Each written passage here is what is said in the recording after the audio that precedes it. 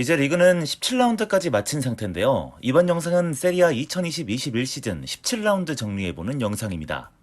가장 먼저 베네벤토와 아탈란타의 경기로 시작을 했습니다. 드디어 상남자의 팀 아탈란타의 팀 컬러가 돌아오고 있는데요. 아탈란타가 4대1로 이겼습니다.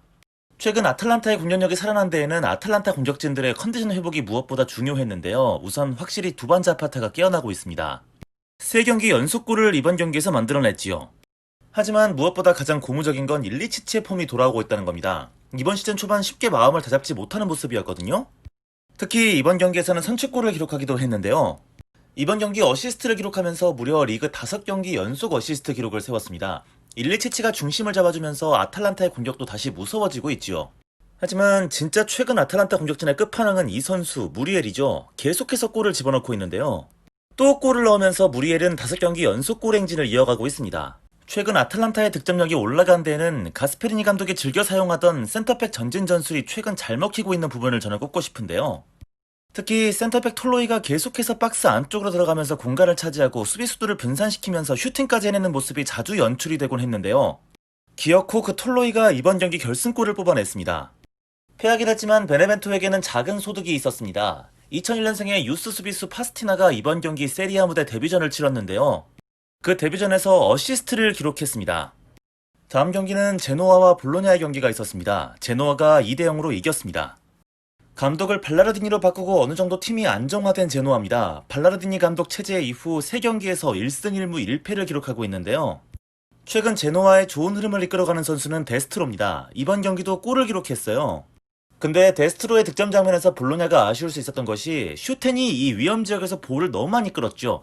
사실 내주지 않았어도 될 골이었는데 여기서 볼로냐가 완전히 꺾이고 말았습니다. 이제 어느 정도 어려운 위기에서 벗어난 제노아, 이제 미드필더 자리에 스투르트만이 보강될 예정입니다. 앞으로 전력이 조금 더 올라갈 수 있을 거라 기대가 됩니다.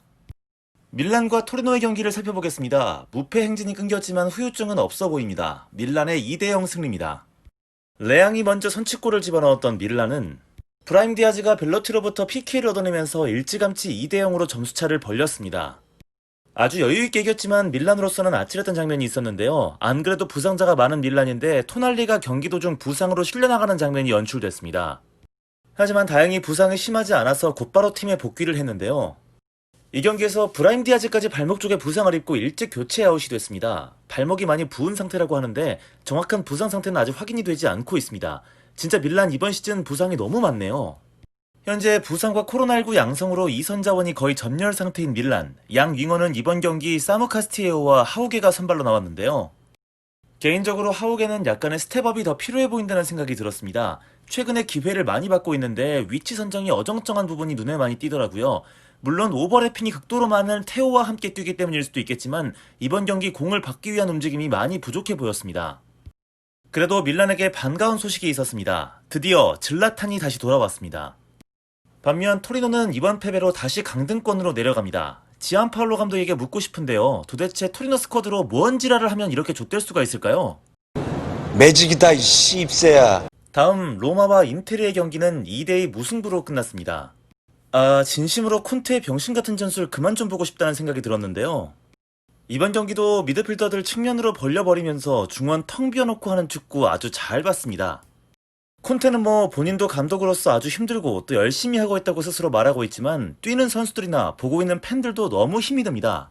이 새끼가 그게 뭔 자랑이라고. 야, 너만 족뱅이 치냐? 이번에도 우리의 콘테호는 상큼하게 선취골 내주고 시작했는데요. 하지만 슈크리니아르가 동점골을 뽑아내고 하키미가 역전까지 만들어냈던 이번 경기.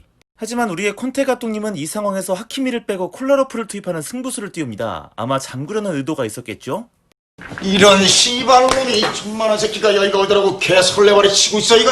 잠그기는커녕 결국 동점골을 내주고 말았습니다. 할 말이 좀 많은데요. 우선 한다노비치는 이제 진짜 끝물이라는 생각이 들어서 굉장히 서글펐던 경기였습니다. 실점 장면을 보시면 한다노비치가 아예 꿈쩍도 안 하는 모습이 보이는데요. 이 부분이 지난 시즌부터 굉장히 두드러지고 있는데 정말 아쉬운 장면입니다. 비달도 최근 급격하게 마테니가 간 모습을 여러 차례 보여주고 있는데 아무리 그래도 이건 좀 씨발. 반면 로마는 후반이 되자마자 급격하게 체력이나 팀 조직력이 무너지는 모습이 아쉬웠습니다. 이 부분 때문에 강팀만 만나면 힘을 못 쓰는 건가 싶기도 했는데 진지하게 제코는 좀 더 분발할 필요가 있겠습니다. 기본적으로 전방 압박이나 역습 찬스에 있어서 전혀 보탬이 되지 않고 있는데 체력 저하가 의심될 정도로 잘 뛰지 못하는 게 눈에 많이 띄었어요. 어쨌든 이렇게 2위와 3위가 비겨버리면서 선두 밀란은 다시 승점차를 벌려나갈 수 있었던 17라운드였습니다. 다음은 베로나와 크로토네의 경기, 베로나가 2대1로 이겼습니다. 우선 베로나의 칼리니치가 선취골을 넣었는데요. 드디어 베로나에서 첫 번째 골을 기록했습니다. 베로나에게는 힘이 좀 될 수 있을까요? 이후 베로나의 추가골은 디마르코가 넣었는데요. 아시다시피 디마르코는 인테르 선수입니다. 현재 베로나에 임대로 와 있는데요. 요즘 폼을 보면 인테르가 그냥 남겼으면 어땠을까 싶습니다. 적어도 왼쪽 윙백 자리에서 페리시치보다는 훨씬 잘했을 것 같습니다. 진짜 아깝다. 다음 파르마와 라치오의 경기는 라치오의 2대0 승리로 끝났습니다. 시모네 인자기 감독이 미드필더 진영을 평소와는 약간 다르게 구축을 해왔는데요. 루이스 알베르토를 공격형 미드필더 자리가 아닌 밀린코비치 사비치 그리고 루카스 레이바와 함께 3미들 형태로 포진을 시킨 것이 눈에 띄었습니다. 그러면서 오른쪽 윙백 라 자리를 최대한 위쪽으로 끌어올리는 공격 전술을 짜왔습니다. 그러면서 라 자리가 선취골을 어시스트하기도 했습니다. 이후 카이세도의 골로 라치오의 2골차 승리. 개인적으로 이번 시즌 밀린코비치 사비치의 가장 좋은 경기였다고 생각이 들었습니다. 아무래도 루이스 알베르토가 아래쪽으로 많이 내려와주면서 부담이 덜했는지 모르겠지만 확실히 여유있는 모습이 인상적이었습니다. 다음은 우디네세와 나폴리의 경기입니다. 나폴리가 2대1로 이겼습니다. 드디어 막시모비치가 선발에서 빠지고 라흐마니가 나폴리 이적 후 첫 선발 출전을 했던 경기. 나폴리는 경기를 초반 쉽게 풀어갔는데요. 로사노가 PK를 전반 이른 시간부터 얻어내고 인시네가 성공시키면서 먼저 나폴리가 앞서갔습니다. 하지만 여기서 큰 변수가 하나 발생을 하는데 마놀라스가 갑자기 부상으로 빠지게 되면서 다시 막시모비치가 경기에 투입될 수밖에 없게 됐습니다. 거기다 나폴리 팬들의 기대를 듬뿍 받고 선발 출전한 라흐마니의 상태 역시 심각해 보였는데 전체적으로 잔실수가 많았던 라흐마니, 하지만 이 실수는 진짜 임팩트가 컸습니다. 말도 안 되는 개삽질을 하면서 동점골의 빌미가 되고 말았던 겁니다. 거기다 기본적으로 피지컬이 너무 후달려 보였습니다. 그리고 이번 경기 나폴리에서 또 한 명이 아쉬운 선수를 꼽자면 바카요코였는데 경기 내내 굉장히 둔하고 게으른 움직임으로 템포를 끊어먹곤 했었거든요. 그런데 또 반전이 그 바카요코가 결승골을 터뜨린 겁니다. 쿨리발리가 돌아왔지만 마놀라스가 잠시 또 이탈한 나폴리, 다음 경기 수비진은 어떻게 꾸릴지 지켜봐야겠습니다. 예, 피오렌티나와 칼리아리 경기가 있었는데요. 피오렌티나가 1대0으로 이겼습니다. 승점 한 개가 아쉬운 피오렌티나에게 이번 경기 승리를 안겼던 1등 공신 중 한 명은 골키퍼 드론고브스키였습니다. 특히 이고르가 상대 선수 발목 쪽을 걷어차는 바람에 내주게 된 페널티킥, 피오렌티나에게는 아주 큰 위기였는데요. 이걸 튕겨내지도 않고 그냥 막아버렸습니다. 수비 쪽에서 드론고브스키가 큰일을 했다면 공격 쪽에서는 카이온이 조금 의미가 있었는데 그동안 피오렌티나 이적 후 거의 제 몫을 해주지 못했단 말이죠. 드디어 피오렌티나에서 첫 공격 포인트를 기록하게 됐습니다. 리베리와 카스트로빌리가 빠진 상태에서 승리를 챙겼다는 점에서 이번 경기 피오렌티나에게는 의미가 좀 남다를 수 있을 것 같습니다. 근데 이 와중에 터진 뜬금포 이적 소식, 피오렌티나가 리롤라를 마르세유에 팔아먹었습니다. 이게 말이 되나? 리롤라가 기대만큼 해주지 못했던 건 사실입니다만 그렇다고 베누티를 믿고 리롤라를 판다? 저는 진짜 무슨 생각인지 알다가도 모르겠습니다.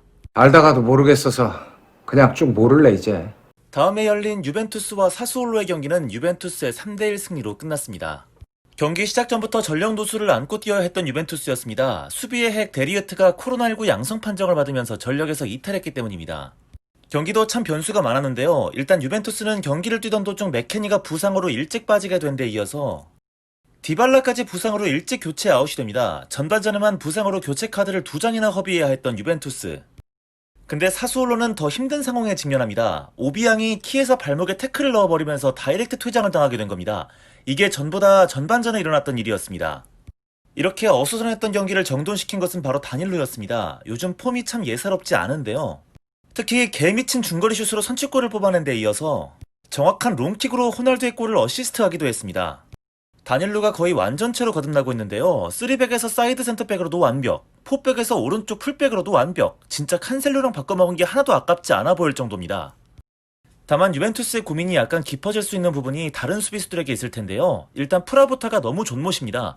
1군 경험이 많지 않아서 어느 정도 감안은 해야겠지만 부족한 모습이 많은데요. 그래도 램지골 어시스트로 세탁은 하나 하긴 했네요. 세탁기에 한번 넣고 화갑은 돌리고 유벤투스의 두 번째 고민은 당연하게도 보누치 쪽이 될 텐데 이제는 보누치를 좀 내려놔야 되지 않을까 싶습니다. 기본적인 빌드업과 롱볼 능력 외에는 아무것도 기대할 수 없는 수준이 되어버렸습니다. 선두 밀란을 제외하고 승점차가 거의 나지 않는 2, 3, 4위권, 유벤투스가 한 경기를 덜 치른 걸 감안하면 차이는 더 적다고 할 수도 있는데요. 이번 주로 예정된 데르비 d'Italia, 인테르와 유벤투스의 경기 결과에 따라서 상위권 판도는 완전히 뒤바뀔 수도 있을 것 같습니다. 이번 라운드 마지막 경기는 스페지아와 삼프도리아의 경기였는데요. 스페지아가 2대1로 이겼습니다. 테레지의 골로 먼저 앞서 나갔던 스페지아. 삼프도리아는 칸드레바가 동점골을 넣었는데요. 하지만 삼프도리아는 승점을 챙기지 못했습니다. 투어스비가 조금은 아쉬운 파울로 PK를 내줬기 때문입니다. 삼프도리아는 일단 이번 겨울 이적 시장 공격 쪽에 수혈을 했습니다. 지난 시즌 꼴찌인 브레시아 소속이었지만 그래도 괜찮은 모습을 보여줬던 토레그레사, 임대로 삼프도리아 입단 확정됐습니다. 이제 마지막으로 이번 라운드 주요 기록 정리할까요? 베네벤토의 파스티나가 세리아 데뷔전을 치렀습니다. 그리고 이 경기에서 어시스트로 자신의 세리아 첫 공격 포인트를 기록했죠. 유벤투스의 프라보타 역시 어시스트를 기록하면서 자신의 세리아 첫 공격 포인트를 기록했습니다. 날씨가 추웠다 풀렸다를 반복하고 있는데 이 영상을 보시는 모든 분들 감기 조심하시기 바라겠습니다. 다음 주에 18라운드 정리 영상으로 돌아오겠습니다. 감사합니다.